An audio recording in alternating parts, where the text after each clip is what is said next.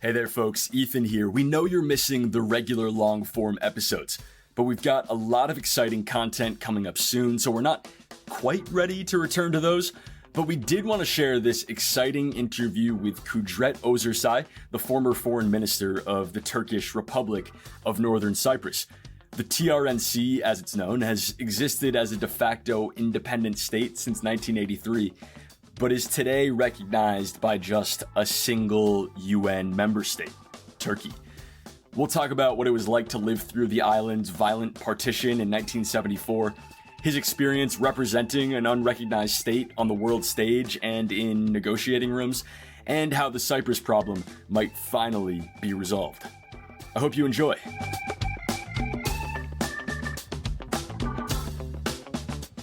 Hi, Kudret. Thanks for joining me. Hi, thank you for your invitation. Of course. So I usually don't start this way, but I want to ask you about your childhood. You were born just a year before the island of Cyprus was partitioned in 1974.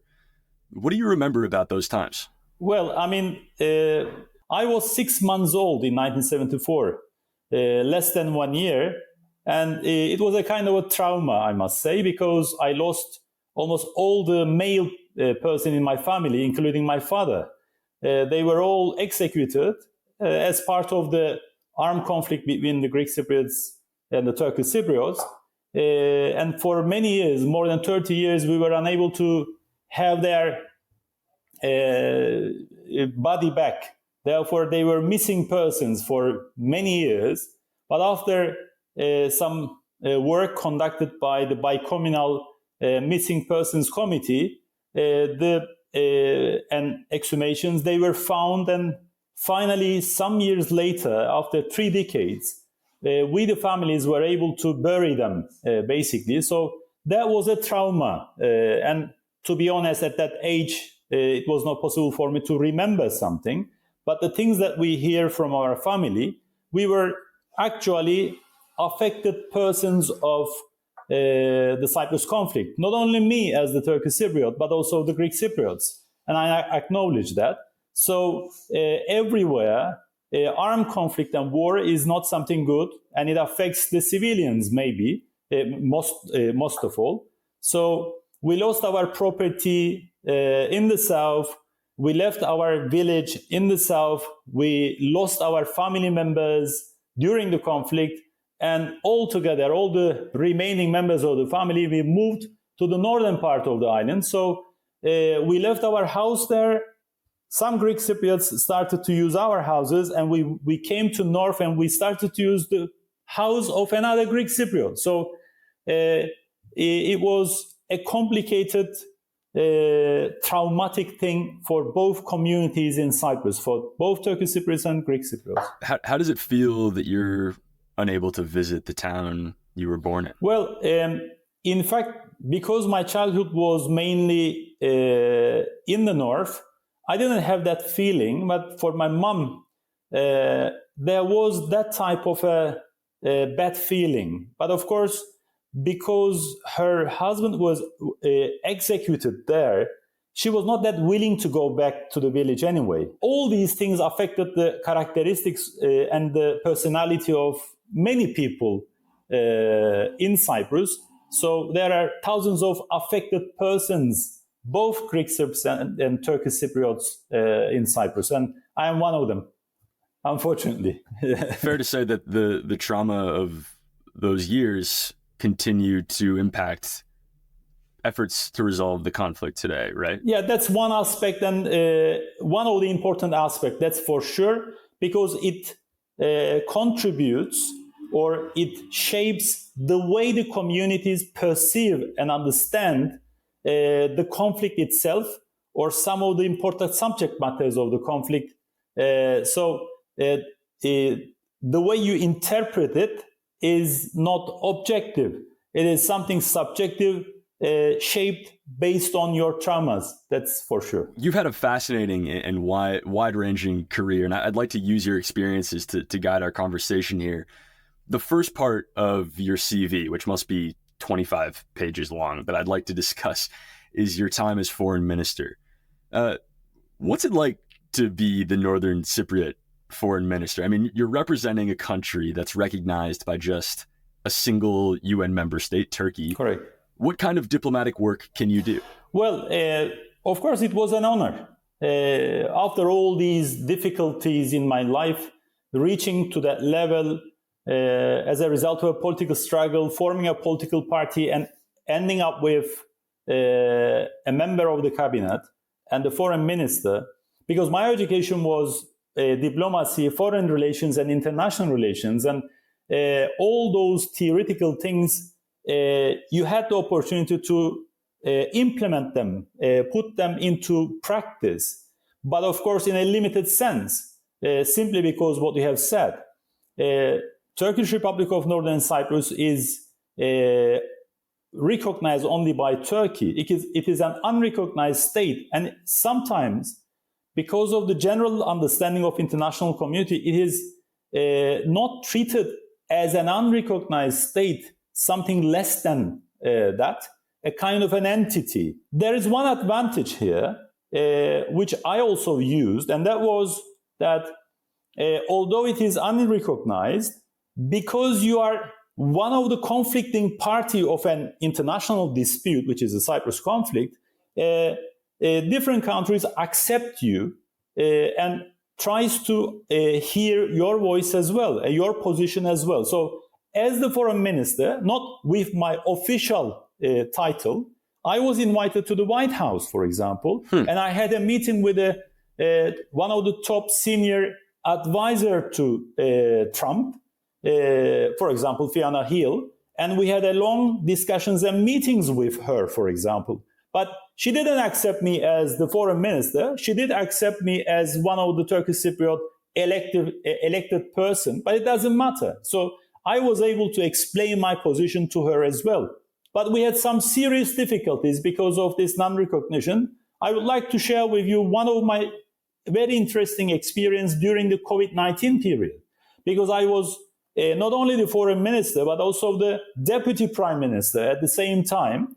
Therefore, we took serious measures about the entry conditions to our country during the COVID-19 period, serious measures. But although we tried and we insisted to share all the data we had about the COVID-19, and although this was a universal problem, which was directly related to global governance in general, unfortunately, the World Health Organization did not accept the data we sent. That was something disappointing for me as the foreign minister, but at the same time as an academic who's teaching in the class that there is a need for global governance. Yeah. Well, Kudret, I mean, I think the impression in the wider world is that the TRNC diplomatic apparatus is essentially an extension of Turkey's diplomacy. How important was it for you to, in your work, push back against that impression? Well, one thing is very clear. I mean, although there is such a political perception as you describe, the reality is that the fact that we are politically, economically, culturally, we are dependent on Turkey is not our choice. It was the circumstances created by the international community and the Greek Cypriot side as well. We didn't give any other option to integrate into the world in general, and we refused it. On the contrary, in the existing circumstances, assume for a moment that you are a parent of a child and you want your children to go education, higher education in UK or in Germany. Until very recently, it was not possible for you to travel directly to those countries. And currently as well, we are flying via Turkey, for example, or financial contribution mainly coming from Turkey. No one supported any international projects good for public interest purposes in North Cyprus. So the factual situation of political and economic dependence on Turkey was not the choice of the Turkish Cypriots. Therefore, Turkish Cypriots cannot and should not be accused of being dependent on Turkey. This is one element. And secondly, if you look at the Cyprus conflict, under the auspices of the United Nations Secretary General, the negotiations have been continuing since 1968.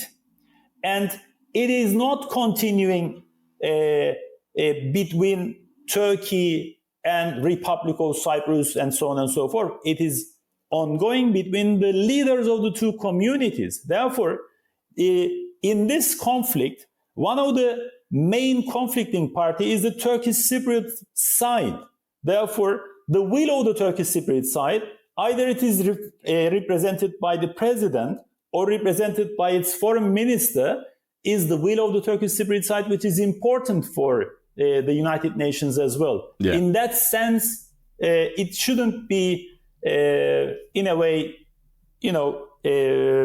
underestimated. The tension seems to me to be that Northern Cypriots are recognized as parties during negotiations over the conflict, but not recognized as a party to other international bodies. Exactly. Or yes, you're right. You're right. Well, so let's talk about, we've talked a bit about the Cyprus conflict. It's referred by many names: the Cyprus Question, the Cyprus Problem, issue. Every word under the sun. I mean, but before we get into your experience leading the Turkish Cypriot side in negotiations, and to try to understand your personal preference for the question's settlement, what is the Cyprus problem? I mean, help us define it, and what are its roots? It's a big question. Yeah, I think the Cyprus problem, although it is known differently, is not a problem between Turkish Cypriots and Greek Cypriots on this island. It's not a problem only between the two communities. It is an international conflict. But it originated as a conflict over issues like political power sharing and sovereignty, right? I mean, well, even before that, as you know, that there was a competition took place between different actors, between United Kingdom, between Turkey, and even during the Ottoman period. Therefore, it did not start in 1950s, by the end of 1950s or 1960s. Yes, in 1960, there was a kind of a decolonization, just like the case in Africa, and Republic of Cyprus was created. But I simplify it by saying that we had a marriage, okay? Turkish Cypriots and Greek Cypriots. That was a marriage, and we had some difficulties, not only because the difficulties of the differences between the two communities, their identity, their religion, their language, their nationality, and so on and so forth, but also because of the involvement of the family members, the families as well. We ended up with daily disputes. So we decided to separate. So there was a separation, but unfortunately there was no divorce. That is the problem.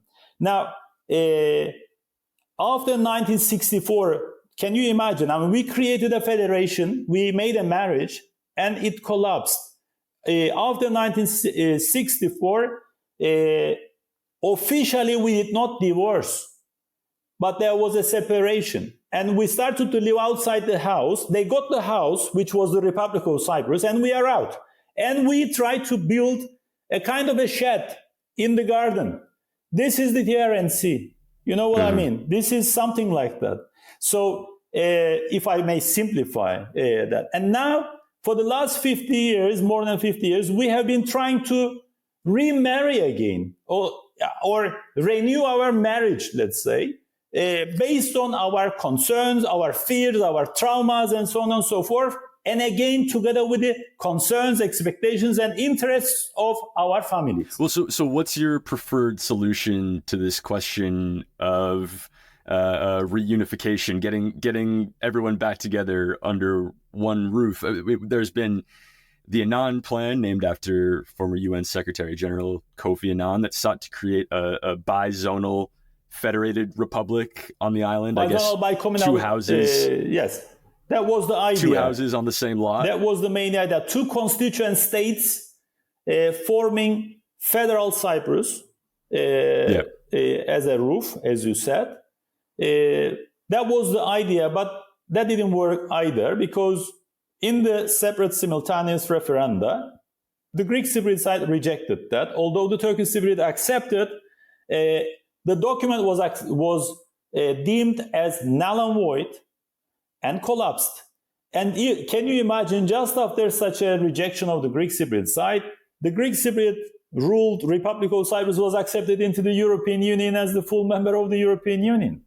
So, yes, I definitely want to get to that. Yeah. I definitely want to get to that. I mean, but just talking through these potential solutions, we talk about the bizonal, 2 houses on the same lot. We talk about fully unified island, everyone living together under the same roof, returning to their communities that they lived in before the island was partitioned.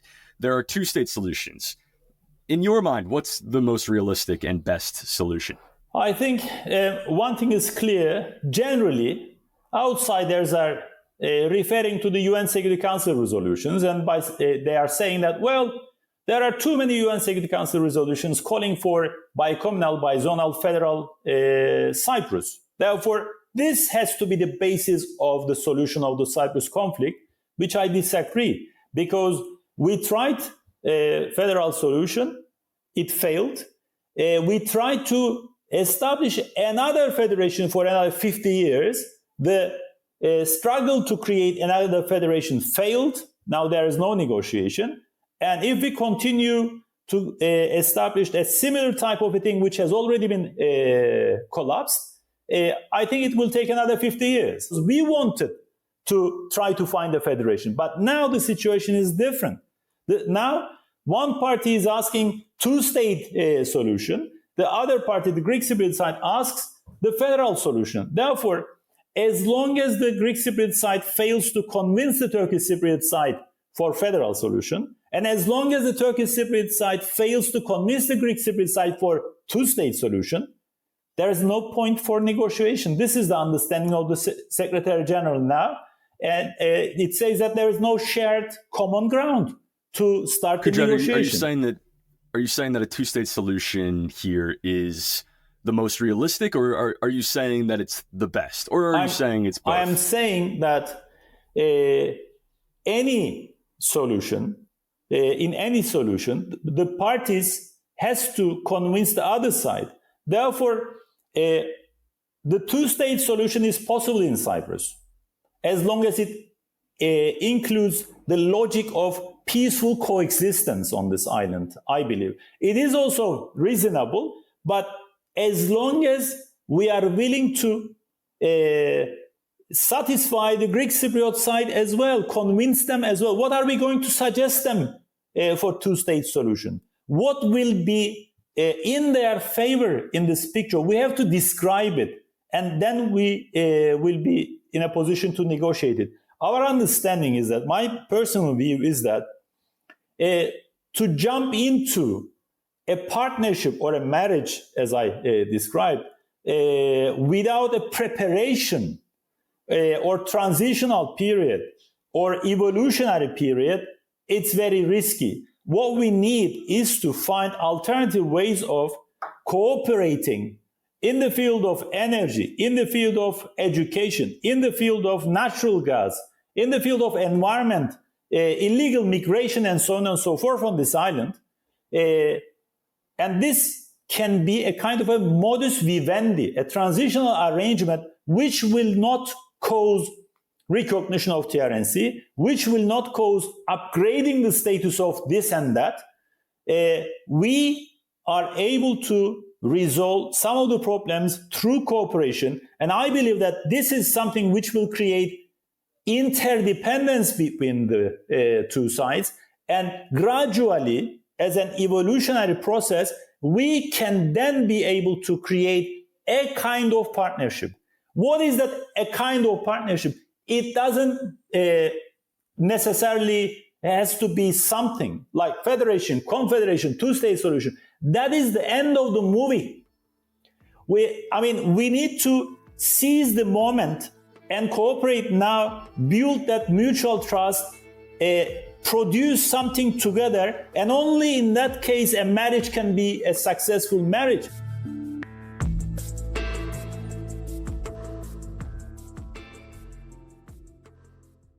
Today's show is sponsored by Babbel.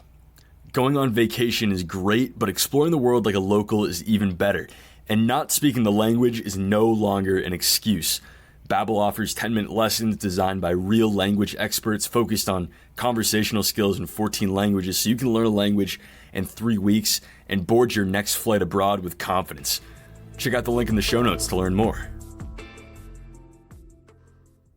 Let's talk about some obstacles to this trust-building exercise that you're talking about. On your side of the island, people point to the ROC, the Republic of Cyprus's membership in the European Union as a limiting factor. What you mentioned it too. What's the logic there? Well, first point is the unfairness itself. Because can you imagine international community encourages you, invites you to say yes in the referendum, accept the UN settlement plan, then you will be part of the world and so on and so forth.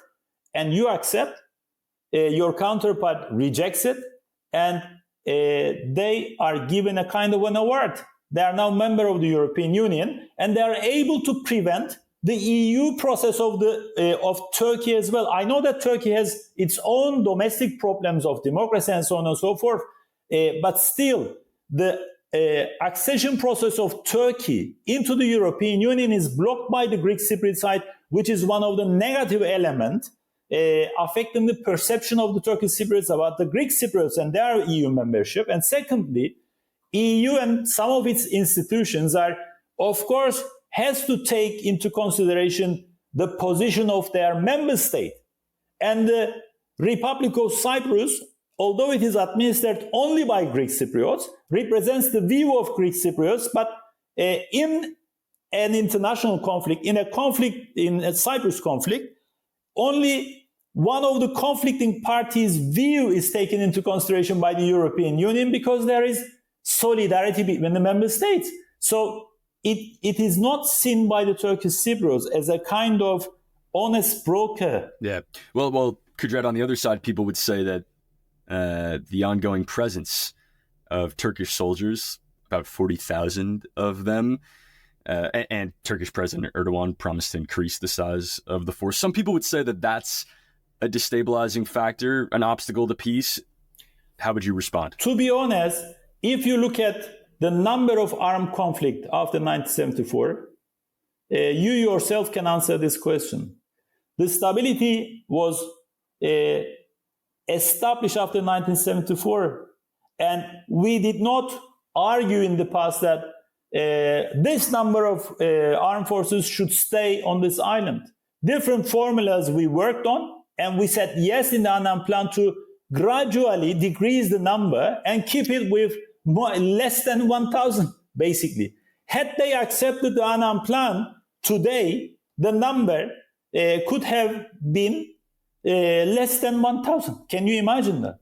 What I'm trying to say is that realistic to expect the Greek Cypriot community to accept a Turkish military presence of any kind on their sovereign territory? Okay, another question linked to that. Is that realistic to accept the Turkish Cypriots to leave the Greek Cypriots to have the dominant position, which was the case in 1964 and just before 1974? Ask this question to me as someone who lost his father and most of the males in the family because of the armed conflict, because of the Greek Cypriot domination.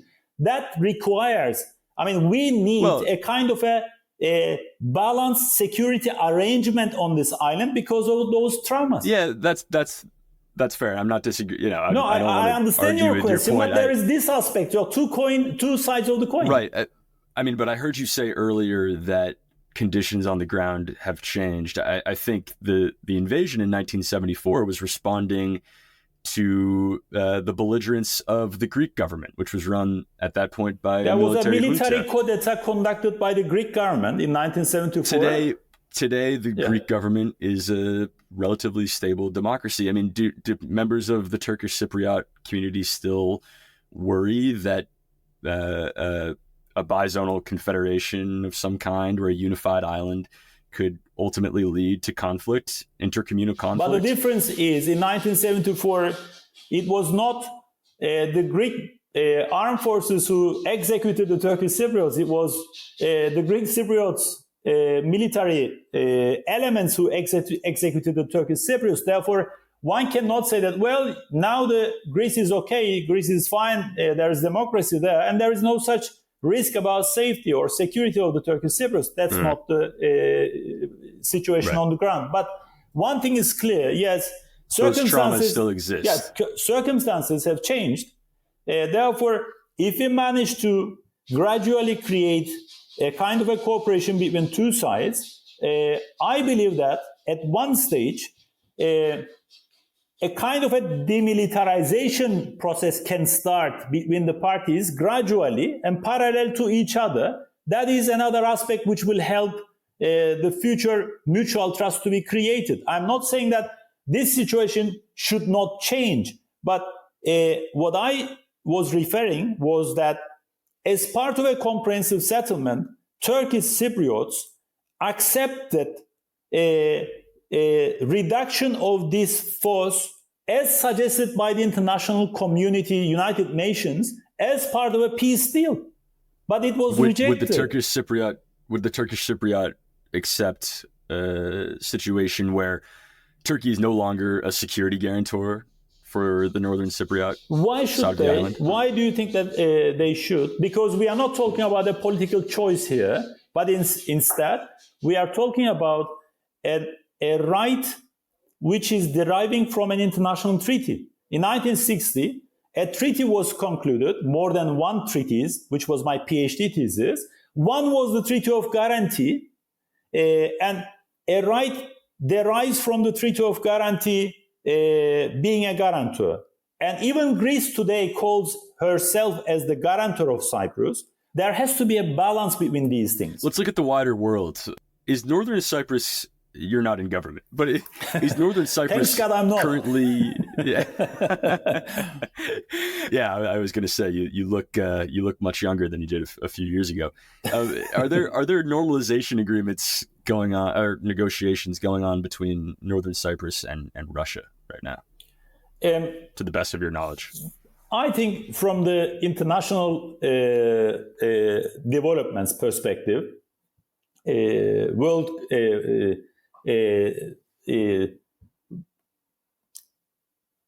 Developments in the world in general, I can say that until very recently, there was an increasing influence and penetration of Russian Federation in Cyprus, but mainly in South Cyprus. The Russian oligarchs, their investments, their bank accounts in the offshore banks in the South Cyprus really disturbed the West and particularly the United States, and it ended up. Well, we've seen those links mostly eliminated, right? And that's why we saw the Biden administration. To a certain extent, yes, because with the Biden administration and with some steps taken, like U.S. decided to lift the arms embargo to the Greek Cypriot side. Can you imagine that? You are talking about because they agreed to abide by the sanctions regime against Russia. Exactly. There was a give and take there. And but on the other side, one of the conflicting party in the island of Cyprus is given the opportunity to buy the ammunition and the weapons from United States for global purposes and the global aims of the United States. In order to prevent the Russian penetration, the Greek Cypriot side accepted not to allow the warships of Russia to visit the ports in South anymore, for example, or the Greek Cypriot side accepted in return to cooperate in the field of money laundering, fighting against money laundering with the United States, for example. Therefore, we see these type of developments, and just like in the Greek Cypriot side, in the north, there is an increasing number of Russian citizens buying property, settling here, and this is also a kind of a policy choice of Russia, I believe. But despite all these measures taken by the West together with the Greek Cypriot side, I think there is still a very important strength and the influence of the Russian Federation in the Greek Cypriot side, because there are some joint ventures of the church with the Moscow church, some investments, some factories, some money laundering still ongoing, despite it is part of the European Union. Therefore, it seems that in near future, this will be one of the main important factor.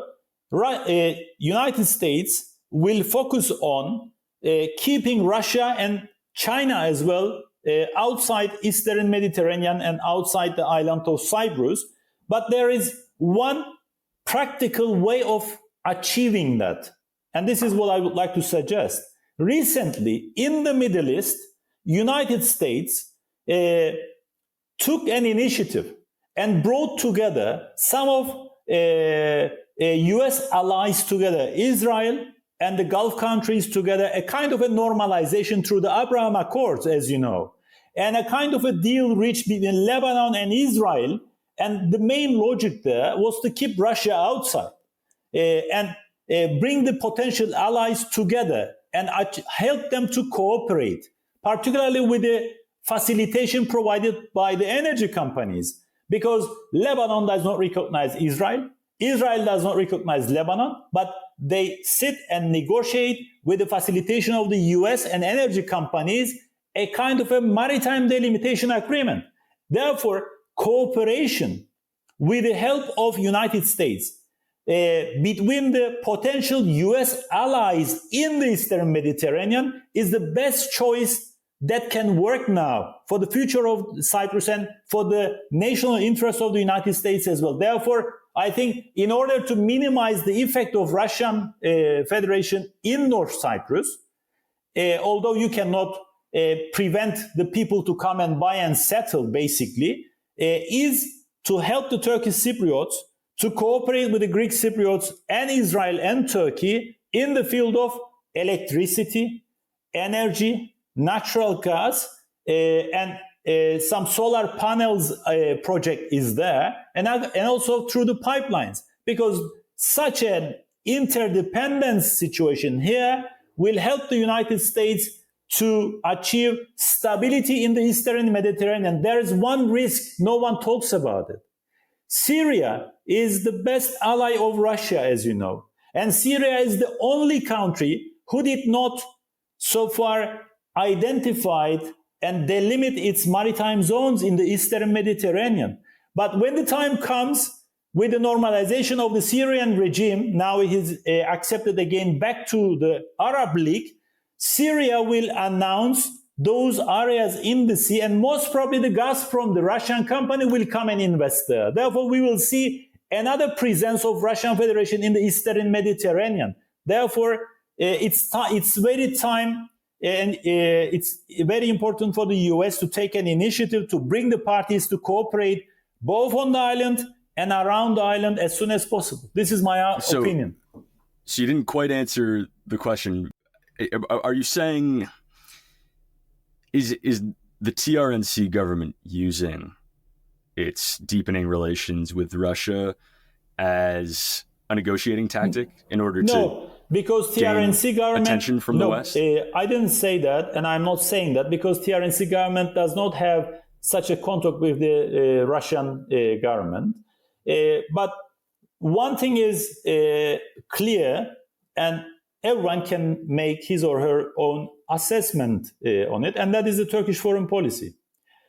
Turkey follows a foreign policy which does not exclude totally Russian Federation, because Turkey says that Russia is an important actor in this region. I cannot just ignore and stop dialogue or apply the sanctions against Russia and so on and so forth. I am at a very critical geographic location, and I have to facilitate the dialogue between Russia and the West and help the grain deal to continue and so on and so forth. This is a kind of a policy that Turkey is trying to